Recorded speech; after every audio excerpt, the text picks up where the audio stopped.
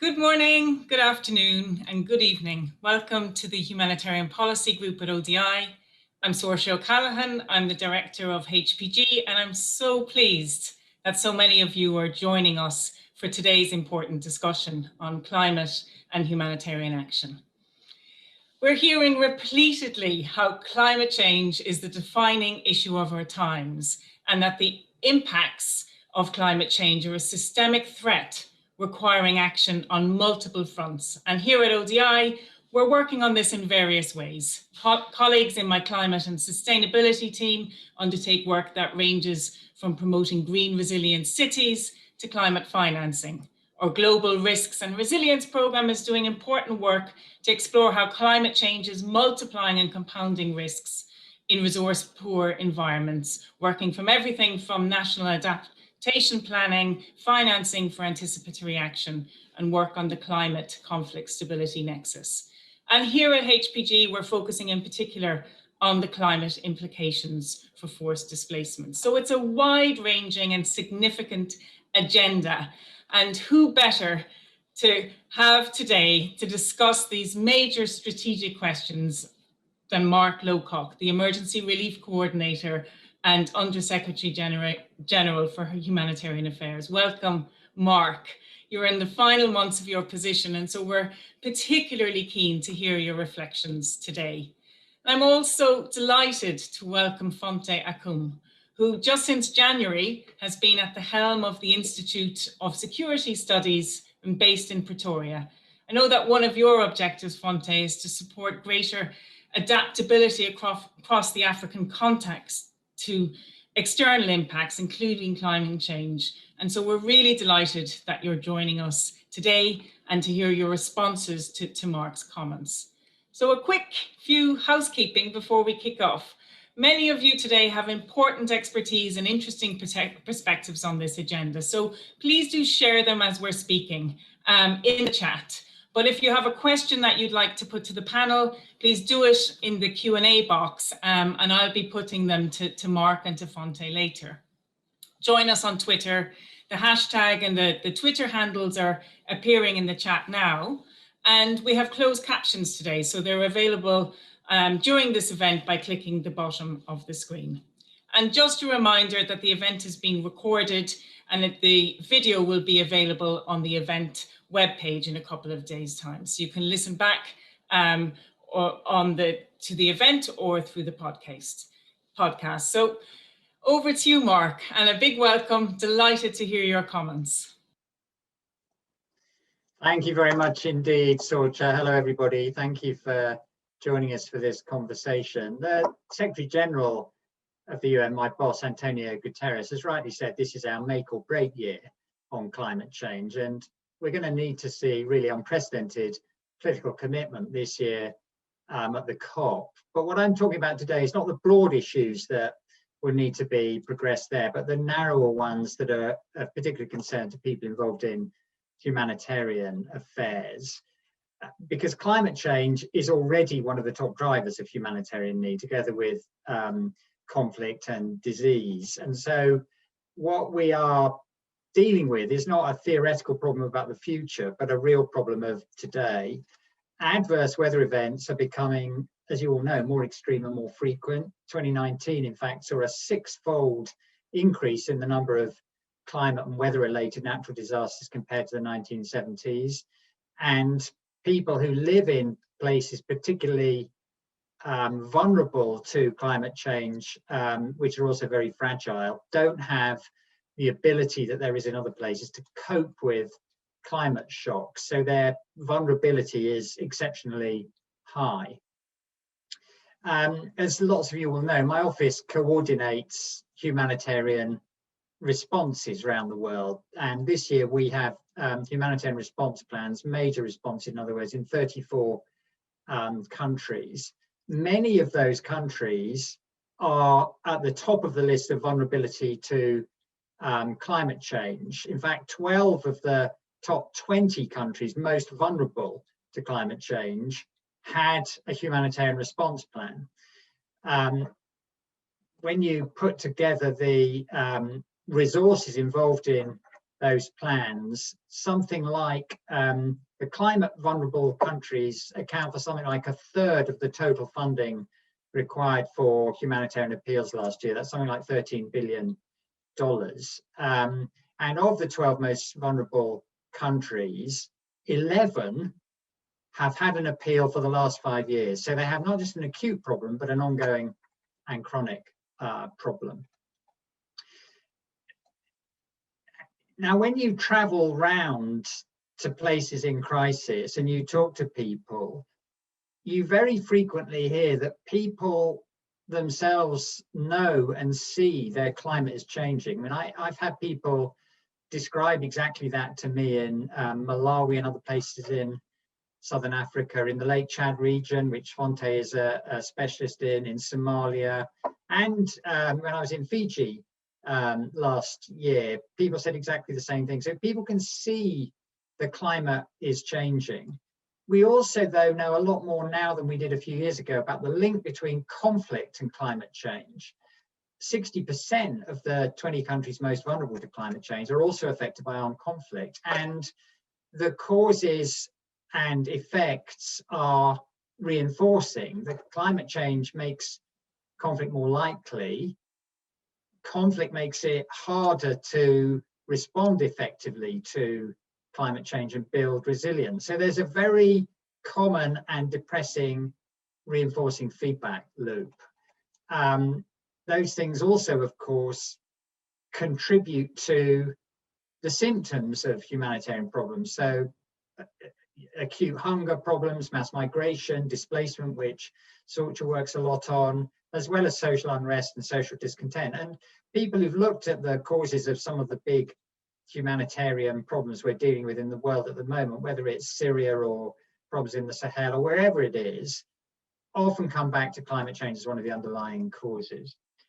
I'm not going to spend a lot of time dealing with how all of these causes relate to each other and react with each other. We'll release a longer document which people can study if they want to, which talks about those in more detail. What I'd really like to do is spend the next few minutes essentially running through what we can do a bit better in dealing with these problems. Well, before I do that, I just want to make one other point that is relevant context, which is that in general, humanitarian problems have been growing over the last decade or so. They've actually been growing over a longer period, but especially over the last decade. And that's reflected in the fact that, for example, people doing my job in 1995 were responding to something like 12 major crises rather than 34 we've got now. The average duration of crises is much longer than it used to be. And the funding cost to deal with them has really mushroomed. In the UN's interagency appeals in 1995 were $2 billion. And this year they're $40 billion. So a 20-fold increase. Funding has increased dramatically as well. So appeals last year were funded to the tune of $20 billion. But the gap between the needs and what's raised, which is in recent years about 40% gap, that gap is the highest that it's ever been. Humanitarian aid obviously can only be a temporary band-aid. At the moment, it's far too small a band-aid. So what we need is leaders around the world to take smarter decisions to deal with the underlying causes of these problems, including in the way they respond to climate change. So let me run through a bunch of things that I think should be done and also could be done. I mean, the first thing we do need to restate is, and the copy, this is what the copy is all about, is that there needs to be much more serious action to slow the rate of climate change. And that will be a big focus at the COP. I do think that the new stance set out by the Biden administration provides some grounds for hope there. But even with that concerted action, as I said, climate change is already here and already having an effect in the most vulnerable countries. So we need to start to do a better job in adapting to and mitigating its consequences in those places. So here's a few things we can do. Firstly, adaptation finance needs to be scaled up now much more dramatically to help prevent, prepare for, and respond to climate-related crises and to make communities more resilient. The scale of ambition currently on adaptation financing is woefully inadequate, particularly in the most vulnerable places. Only 5% of all climate funding, I think, goes to adaptation. And of that, the 20 countries most vulnerable to climate change receive less than 15% of adaptation finance. Many of those countries also have severe levels of debt stress. And so some of the available resources in loan form, even very concessional loans, are essentially not available to some of those countries. So a couple of things need to happen to deal with this. Firstly, adaptation financing needs to be concentrated at a far higher rate in the most vulnerable countries. And secondly, adaptation funding needs to be made more conflict sensitive so that it doesn't inadvertently exacerbate the drivers of fragility and inequality. The World Bank's estimated that it would take something like $30 to $100 billion a year to meet the adaptation requirements set out by about 50 developing countries for the coming decade. On the one hand, that sounds like a lot of money. On the other hand, the global response to the economic impact of COVID-19 has already surpassed $10 trillion. So 100 billion compared to that is not out of reach. But it does obviously require different decisions from some decisions that we're seeing now, particularly when it comes to the better off countries. It's also worth saying, of course, that investing in adaptation measures, things like disaster risk reduction, resilience, has a very high return on investment. Every dollar invested in risk reduction and prevention can save something like $15 in post-disaster recovery. The second area I want to mention in terms of response is further improvements at responding to climate-related disasters. It's interesting to observe that although there's been a big increase, as I said earlier, in the frequency and intensity of adverse weather events, the number of people killed by sudden onset disasters globally has actually decreased a lot year on year over recent decades. And the reason for that is because preparedness is better and early warning is better and resilience building strategies are better. Now, there's a lot of scope to build further on that, particularly in the most vulnerable countries, through things like more investment, both physical and social, by the way, not just infrastructure, but social readiness as well, in preparedness activities. Related to that, the third thing we need to get much better at is because we now can predict climate-related crises in advance, thanks to improvements in science and technology. You know, we get several days' notice of storms and floods. We get weeks or months' notice of droughts. Because we can predict those things, we have an opportunity to take anticipatory action and act on the basis of forecasts of problems that are about to hit. That's a different concept, to be clear, from prevention or preparedness. This concept of anticipatory action is about acting faster when we know disaster is about to strike. And you know, evidence gathered of experiments trying to do that in places like Bangladesh and Ethiopia and Mongolia, lots of other places, has shown that compared to a reactive response, which is how the humanitarian system historically has worked, an anticipatory approach to disasters can still yield something like a 7-to-1 return on investment over a year. So in other words, you get not just a much more humane response, but a much cheaper response as well. If donors more often channeled their funding to anticipatory approaches, the impact would be very significant. The UN's Central Emergency Response Fund, which I manage, has now demonstrated a real comparative advantage in this anticipatory action approach, I think, but the scale is still much too small to optimize the benefits. The fourth thing I think we need to do is to help the most vulnerable countries scale up their access to contingency finance including insurance, all the way from sovereign levels to household levels, so that response and recovery can be financed both much faster and at a larger scale than typically happens now. What we need to see is more pre-agreed contingency finance, especially from the multilateral system, which gives countries access to grants or loans at concessional rates as soon as the problem is crystallized. So things like catastrophe drawdown options, they actually provided more than $1 billion at the start of the COVID crisis, and they were among the fastest dispersed funds. Things like that, which are pre-agreed, instantly released, and deployed to deliver pre-work response plans. That's one of the most promising areas for large-scale scale-up in the wake of crises. I think there's also a role for greater use of insurance, although I'm a bit less sure than I was 3 or 4 years ago about how big the role of insurance in this space is going to be.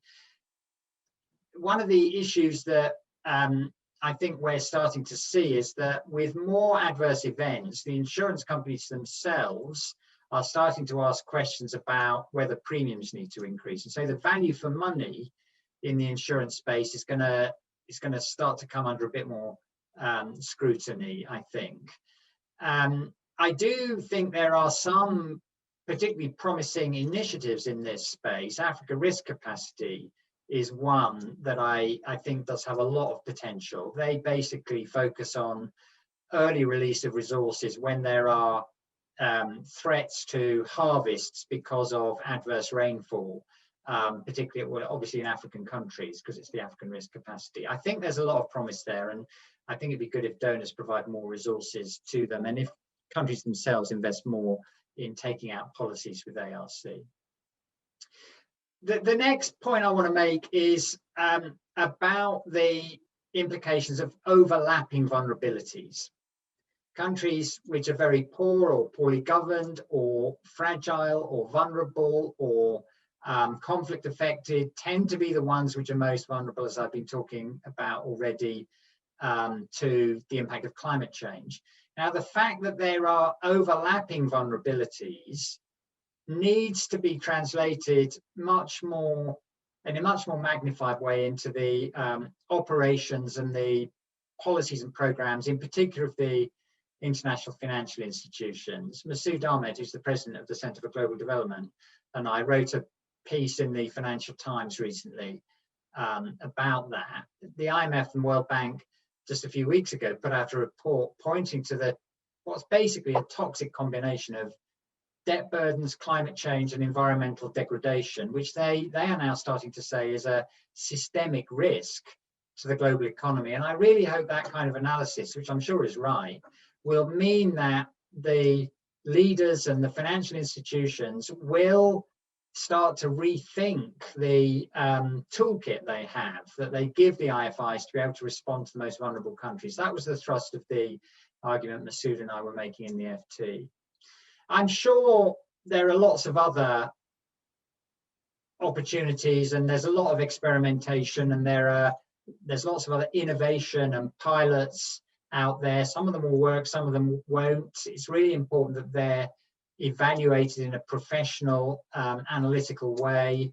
But then it's important that the good innovations are scaled up and replicated. We're clearly a long way behind the curve in dealing with this problem. I think there's a huge opportunity for researchers and policymakers to contribute ideas, and I do hope, and I'm optimistic to a degree, that policymakers will be a bit more attentive in the wake of the strong focus this year in the COP and elsewhere on climate change to good ideas. So it's a good moment for people like you to be working on this, and because I think there's a good chance that your good ideas can be taken up. So, Sorcha, thank you. Thank you, everybody, for listening, and looking forward to hearing from Fonteh and then everyone else's comments. Thanks, and yeah, certainly lots of good ideas from ODI on this topic. But I'm going to turn now to you, Fonteh. I know you've been looking a lot at this issue of overlapping risks and what Mark was talking about in terms of the relative lack of focus and financing in conflict situations.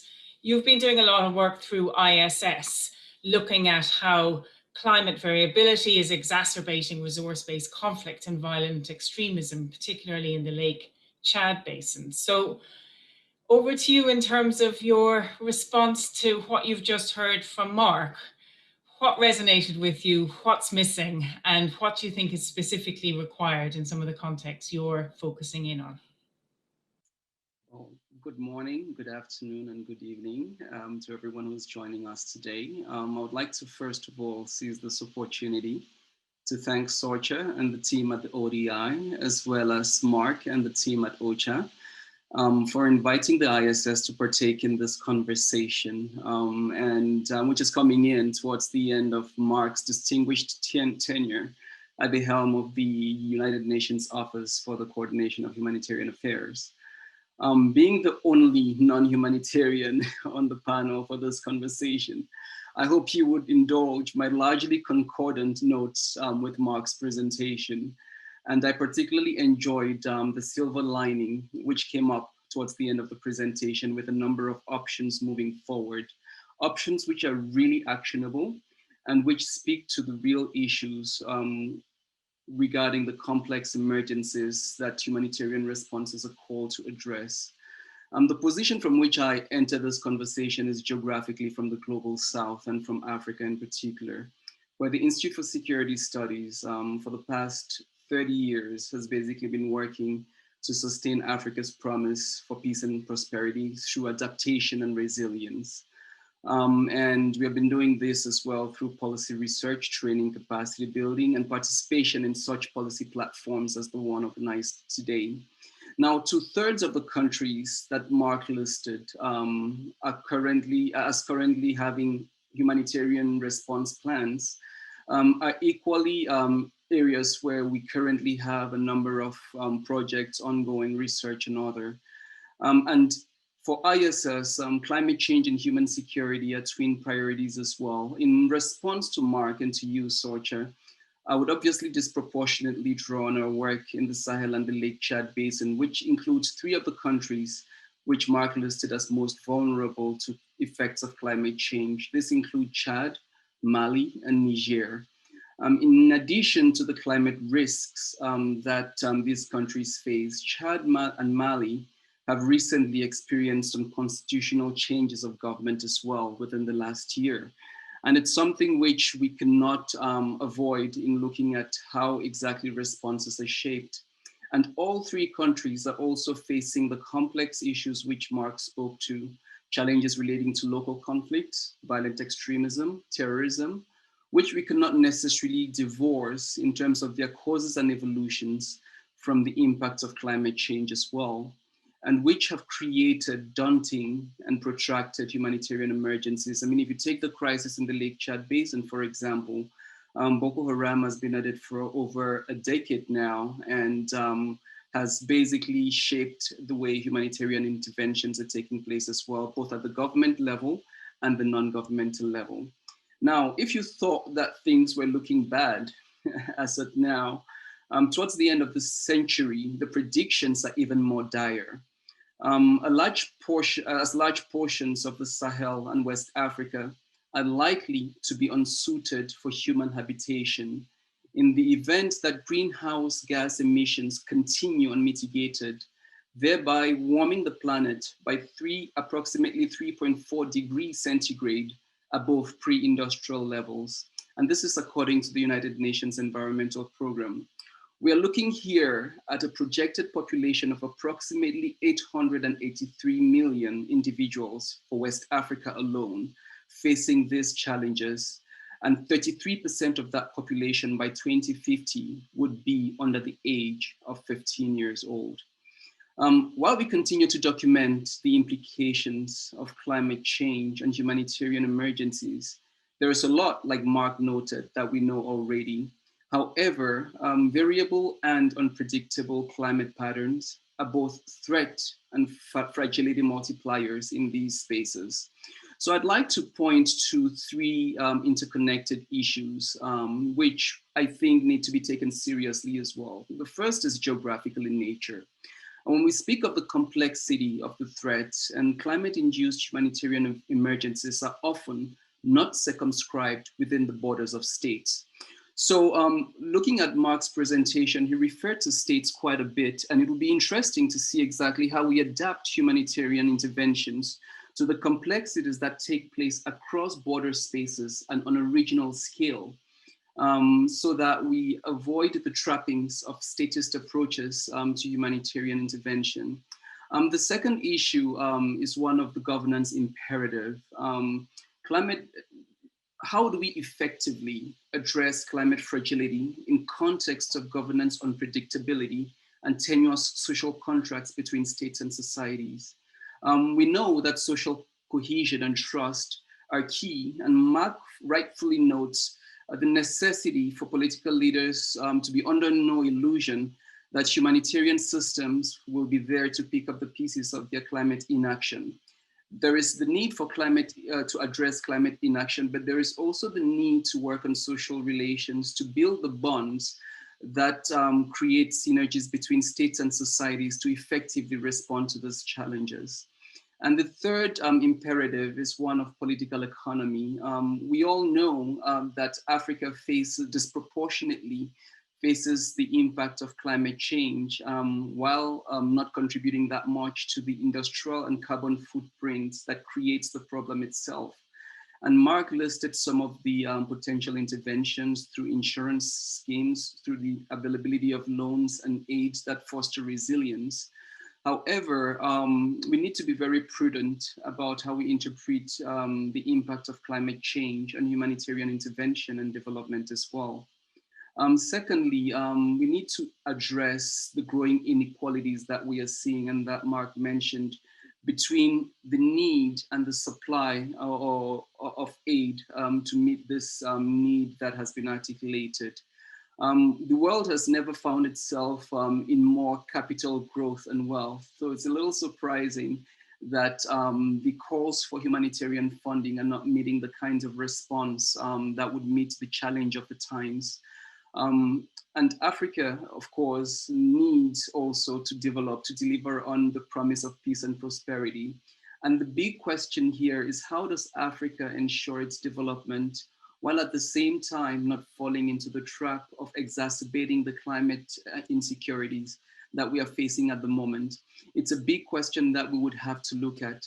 We cannot forget the fact as well, and I didn't hear much about this, that women are disproportionately affected by the impact of climate change.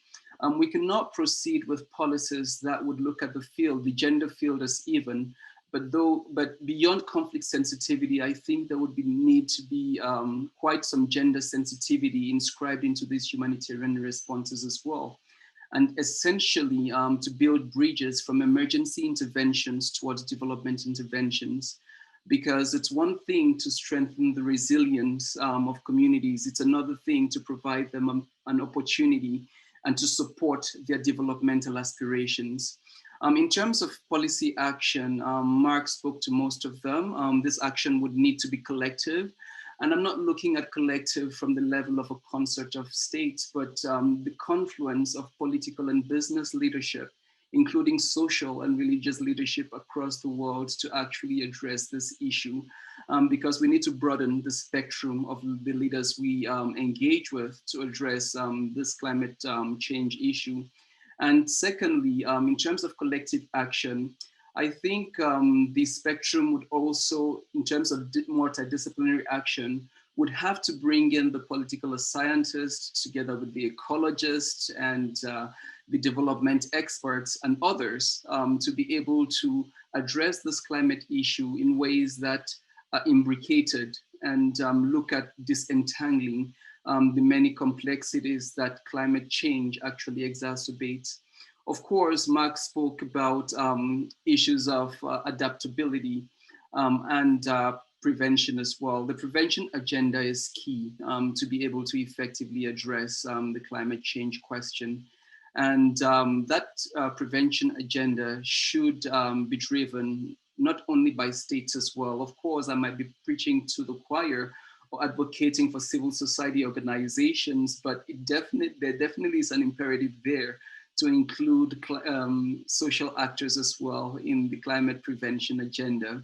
And finally, there is the question of reparations and the reparatory agenda. It's not just about reversing the negative impacts of climate change and preventing its further degradation. It's also about looking at elements of social justice when we see communities most vulnerable, not necessarily being those who created the problem in itself. And also the investment in these communities in a preventive manner should be able to bolster them, not just enhance their resilience, but drive innovation and innovative responses to the climate question. Marx speaks to the imperative of now. That imperative could not have come much clearer as articulated by the Secretary General of the United Nations himself. So all of these actors, this collection of actors need to act decisively to be able to not only reverse the current trends, but to also build a sustainable future. Thank you very much, Sorcha.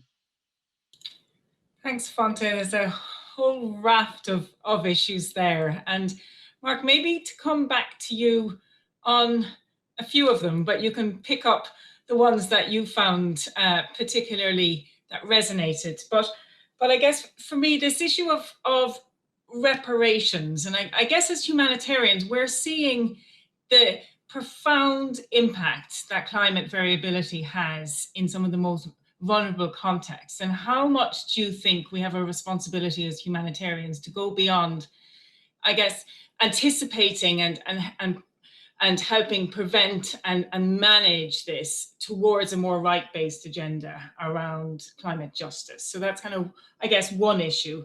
Then the other issue around the transborder complexities, and that's just one of the complexities, the issues of risk multipliers and threats. And how well do you think the humanitarian system is geared up to deal with these multiplying risks? And I think we look at COVID and really question about our ability to engage cooperatively and collectively with multiple risks around at the same time. And then lastly, what really resonated with me is this issue of governance and fragility. And we know that it's not the international humanitarian system that's going to be the silver bullet for really engaging in this. It must be national systems, even in fragile situations. And so I guess, how do you see humanitarian actors working in support of and strengthening national capacities, whether it's on anticipatory action or on adaptation activities, particularly in fragile and conflict settings? So there were some of the themes that I pulled out in particular, but there may be others, Mark, that you want to respond to. Thank you very much, Fonteh. That I thought really interesting set of comments. And so let me respond on a couple of points, Sorcha. The thing about the humanitarian system is our job is to deal with the symptoms, not to be the sort of part of systems which tackle the underlying causes. I do think we have a role to flag as energetically as we can the need for causes to be addressed more effectively. I mean, the reason there's been this explosion in humanitarian need over the last, particularly the last 10 years or so, it's partly because the world is bigger, there's more people in the world, and most of the additional people are in very vulnerable places. It's partly because we do a better job in providing more comprehensive and higher class support than we did when I was first doing this work sort of 35 years ago. But it's mostly because the causes of crises, conflict, climate change, and now COVID, have been multiplying, and there hasn't been enough focus on dealing with those causes. Dealing with the causes is not the job of the humanitarian system, but I think we have an important role to, flag to the people whose job it is, look, don't expect things to get any better if all you're dealing with is the symptoms. And I very much agree with the things Fonteh said about the Sahel in that context. I actually did a very interesting event at Sciences Po in Paris late last year on the Sahel, and that was one of the main things we talked about. On the issue of the role of states, clearly, wherever possible, states should be a positive player. And wherever it is possible, certainly in the United Nations, we want above all to work closely with states. The thorniest humanitarian challenges we face, though, are in relation to those 60 million people, about 1 person in 100 on the planet, who live somewhere where the relevant authorities are not a state. They're either, some extremist group like Boko Haram or ISIL, or a criminal enterprise, like, for example, in and around parts of Colombia, with the drug warlords being in control of large swathes of territory, or often some other non-state armed group. Now, sometimes it's possible to engage effectively, even with groups of that sort. Sometimes, as is the case with Boko Haram or ISIL, it's extremely difficult to engage because their nihilistic ideologies include a belief that attacking humanitarian workers is an appropriate thing to do. So, one thing the humanitarian system needs to continue to get better at and aspire to deal with is the fate of people living in places where there's not a state which is exercising control. There's also the issue, which I've had to talk about a lot in my job, where states are part of the problem. And that's obviously been the case when it comes to northwestern Syria over the last 3 years, when the government of Syria and its allies have been essentially attacking civilians and civilian infrastructure and institutions as part of a wider agenda, and where the only means of providing assistance to those people is across the border from Turkey, because it hasn't been possible to get assistance from Damascus across the line. So wherever possible, to give you the one sentence answer to the question on that, wherever possible, it will be very good to be able to work with states, but it's not always possible. Excellent, thank you. We have a whole set of questions coming in from the audience. One of them touches on the point that you made, Fonteh, around not just inequalities in terms of action, in terms of geography, but also within countries, that there are differing impacts on different people, whether it's women and children, whether it's people with disabilities, whether it's politically marginalized group. And Mark, you mentioned that we're behind the curve on this generally, but specifically in terms of understanding its impacts and being able to work better to kind of manage the different impacts on different people. I'm wondering if you have any thoughts on that. So that's one set of questions. And you raised it, Fonteh, but I'd be interested to hear what you think could be done better in terms of addressing and responding to it. And then there's lots of questions about the fact, what do we do in situations where adaptation and early warning doesn't work? So, we're pushing the humanitarian system to work better, to understand better the risks, to anticipate the risks, to prepare earlier, through early warning, through the forecasting you mentioned. But what does the humanitarian system do, and how do we respond better when this fails? either we didn't predict correctly, or we just didn't predict, and how well is the humanitarian system geared up for the scale of crisis that we're likely to see? So that's another question, and I'll give you a third one, and then you can decide how you'll answer them. Then there's a third question about how do we need to revisit our approaches to anticipatory action for more of the unusual or black swan events, like the desert locust outbreak in Kenya. So our approach to financing and forecasting fit for purpose for different forms of threats that perhaps are as yet not very well known and appreciated, and how do we deal with that?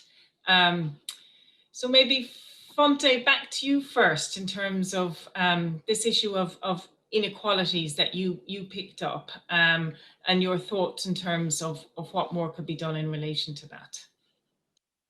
Well, thanks again, Sorcha, for those questions. In terms of inequalities, I'd rather look at it in terms of vertical and horizontal variability, because there are differences in the way you look at humanitarian events across different geographical spaces, whether they are rural or urban, whether they are proximate to borders or not, centers, or whether they are flash events or a complex set of events which are also compounded by the proliferation of small arms and light weapons and the presence of gangs. That's one level. And the second level of it as well is the individual variability as well, in terms of differences between genders in dealing with this, differences between social groups in actually the way they are affected by climate variability, and the ways in which they respond to these as well. And I think that these different degrees of variability require a strengthening of social service delivery patterns. And I think in the Lake Chad Basin region, for example, we have seen a greater investment by the different states in establishing ministries for humanitarian affairs, first of all, as a first-stop shop to not just respond in a preventive manner, but to also promote adaptability. And these are not ministries which focus on the issues relating to small arms and light weapons and conflict-related issues in general.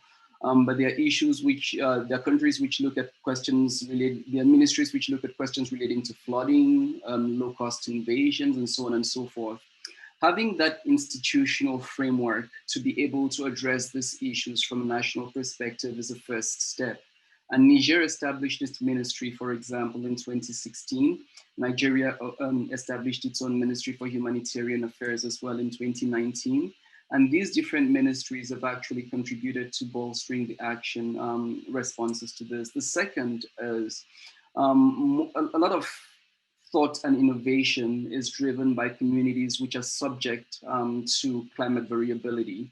It doesn't just drive farmer-herder conflicts in the Sahel and Lake Chad Basin, but it also drives innovative ways in circumventing conflicts and actually responding to them, at least from the level of the community. And so communities have developed mechanisms through which they can actually demand or identify what their own needs are to be able to strengthen their resilience. However, the crisis tend to disproportionately affect them in ways that often they're not necessarily well outfitted to deal with the shocks. So that would be the response to the first question. And relating to that is the fact that context really matters. It would be different if you had a landslide, for example, like we saw in Sierra Leone in 2019, and the ways in which the response is built up to address that, then it would be addressing, say, a problem, a climate-related issue in Ségou or Mopti in Mali, which is on the peripheries of the state and not necessarily at the center of the political agenda as well. Add to this the question of political will to effectively address these issues. There is variable political will between countries and within countries as well. And it's extremely challenging to muster and build and maintain the political will to effectively address these issues in ways that link up humanitarian interventions to development interventions. And as on a final note, Mark might have mentioned this in passing or alluded to this. It's the issue of the triple nexus as well, which is an elephant in the room when you're looking at responding to humanitarian emergencies in context where peace building, ongoing security interventions, and humanitarian and development interventions are trying to drive stabilization. Operationalizing the triple nexus continues to pose a challenge across the continent in spaces where attempts have been made to do that. Not just because of a matter of principles, humanitarian principles, but also because of the nature of the actors who are involved in all the three axes of this humanitarian, security, and peace building interventions. Thank you. Sorcha, maybe I could just make a comment on the locust issue, which you talked about, because I think it's actually a really good example of the application of the principles of anticipatory action. You know, early last year, late 2019, when it became clear there was a locust problem, FAO and my office actually, through the Central Emergency Response Fund, started to organize a response before the effects of the locust had killed a single person. And the result of that was that you know, the impact of locusts in the Horn of Africa, the response was most prominent in Ethiopia, parts of Somalia, and parts of Kenya. What that meant was the impact was significantly reduced. And there was actually quite good early warning, in my opinion, and planning for you know, parts of Africa in the Sahelian belt west of the Horn as well, and some readiness to intervene, which in the end turned out not to be necessary on a very large scale because there was a, you know, the problem didn't emerge in the way that there was some concern it might have done. And similarly, the response was actually not bad in other places affected by the locust, including parts of West Asia and other parts further south in Africa. But it's a really good example of how, if you anticipate and then act rather than wait and react, you get a cheaper, more humane response. And because we have, you know, much better data now, it's easier to do that than it was in the past. You only need three things for anticipatory action. You need information on what's about to happen. You need really fast, which means pre-agreed financing. And thirdly, you need a plan which you're ready to execute. In other words, you need to have thought about the problem and how you're going to respond to it and who's going to do what in advance.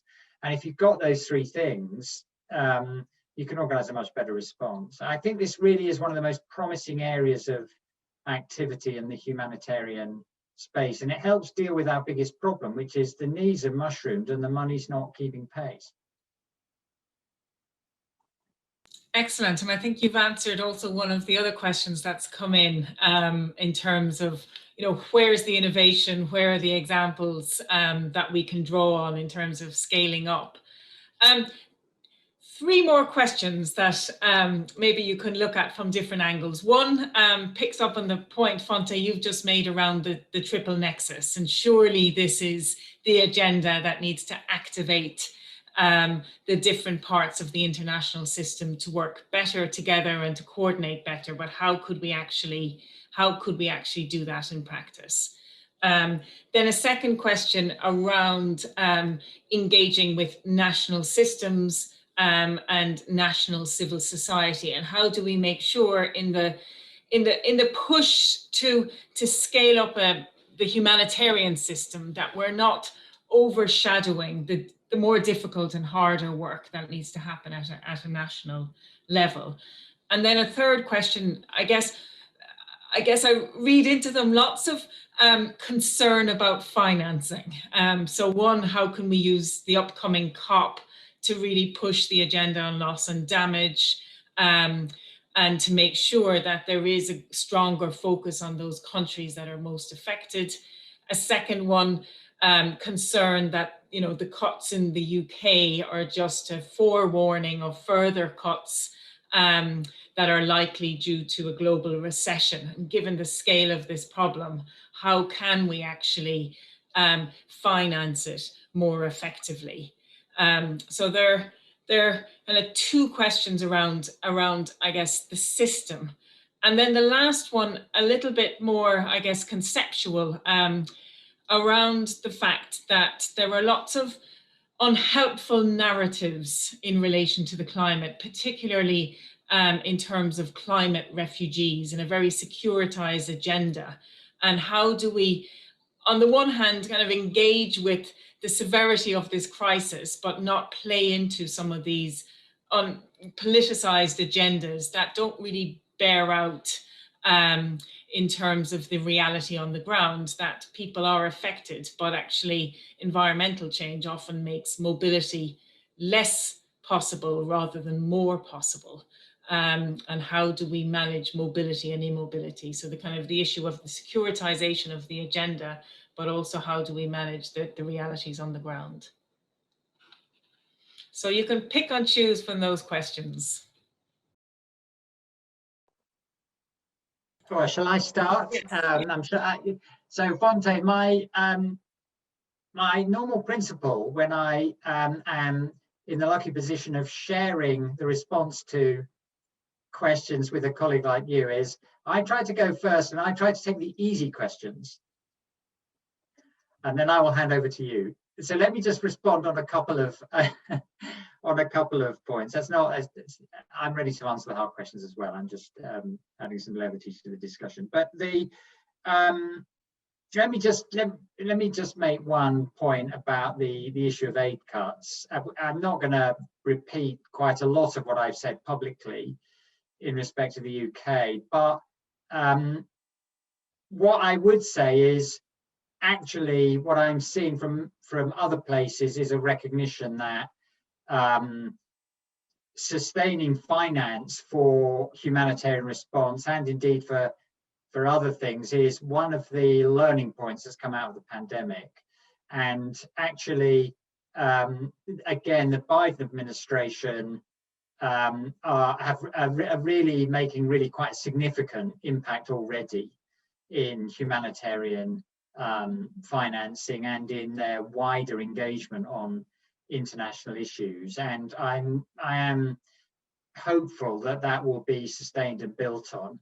It's also the case that other G7 countries, for example, Germany, France, to a lesser degree Canada, are increasing their financing and their support in these areas. So I think that the overall picture is one of recognition in lots of places that many of the problems rich countries have, in fact, have their origin in other places, and the best way to deal with them is to respond where problems start, rather than kid yourself erroneously that you can protect yourself by building walls or borders or whatever you think. I very much agree that there is a real imperative to join up activity between humanitarian agencies and development agencies and peace building organizations. And in fact, when I started in this job in 2017,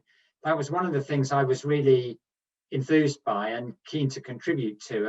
And I've enjoyed a lot of the collaboration I've had with colleagues across the UN system on that, and traveled with Akum Steiner, head of the UN Development Programme, and I've been to lots of places together. I've traveled with my colleague Oscar, who is the head of the Peace Building Support Office at the UN. We went to Somalia and Ethiopia together. I think there's a lot of scope to join up. Unfortunately, the current situation is that the humanitarian system is basically overwhelmed with coping simply with the symptoms of all the problems we've got. So it's been hard to open up the space and give people the time and opportunity to pursue that join-up agenda as energetically as would have been desirable. At the end of the day, the first thing the humanitarian agencies have to do is save lives. And that's getting harder and harder, and it's becoming overwhelming in people's focus. We need to try to get to a point where there's a bit more headspace and bandwidth and resource to do some of these other things as well.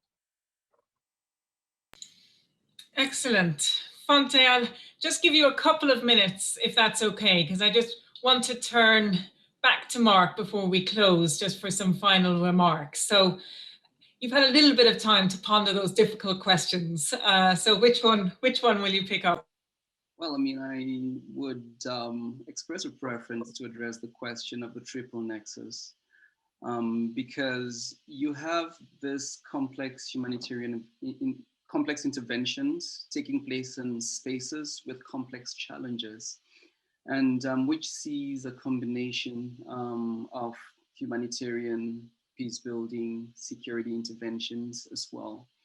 But the issue is a lot of these interventions are taking place within context where the humanitarian space is also shrinking because of a number of factors. The first one is military responses to the presence of non-state armed groups. The second is the limiting of the use of legal frameworks, which basically limits the access of humanitarian groups to specific groups of actors. The third is the conflation of roles between national armies, for example, and national humanitarian actors. And the fourth issue is basically the length and the duration of humanitarian interventions within these spaces. So the admixture of these factors makes it really difficult to have effectively responses to these issues. And add to that the fact that the presence of certain humanitarian displaced groups actually alters the political landscape within some rural spaces within which displaced populations find themselves. And these are complex dynamics which require not just innovative thinking, but the capacity to actually tap into local communities' capacities as well as non-governmental organizations and community-based organizations, and the victims of these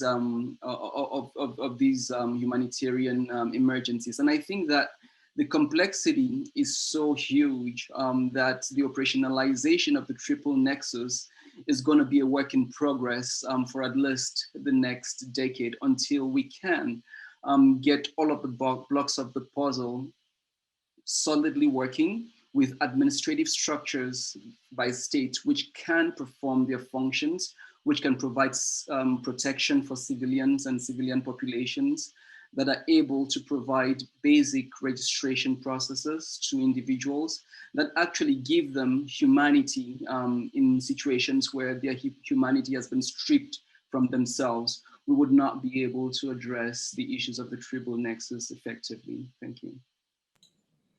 Absolutely, and there's a huge set of issues there that I think we could talk at length about, and I'm sure if we're realistic, we'll be working on the nexus for a long time more than just a decade. A decade would probably be ambitious, but we're nearly at time. But before we finish up, Mark, I really just wanted to ask you some of your own personal reflections on how well you think, kind of over the time of your tenure, we've moved forward on this agenda, and what were maybe some of the frustrations that you've encountered in your role, and some specific questions in this role. People always come to you and they've highlighted whether the ISC principles should be more focused on this agenda, whether we should have a charter for climate and environment amongst the humanitarian system, what specifically OCHA's role should be in relation to climate, and do we need a stronger lead on that?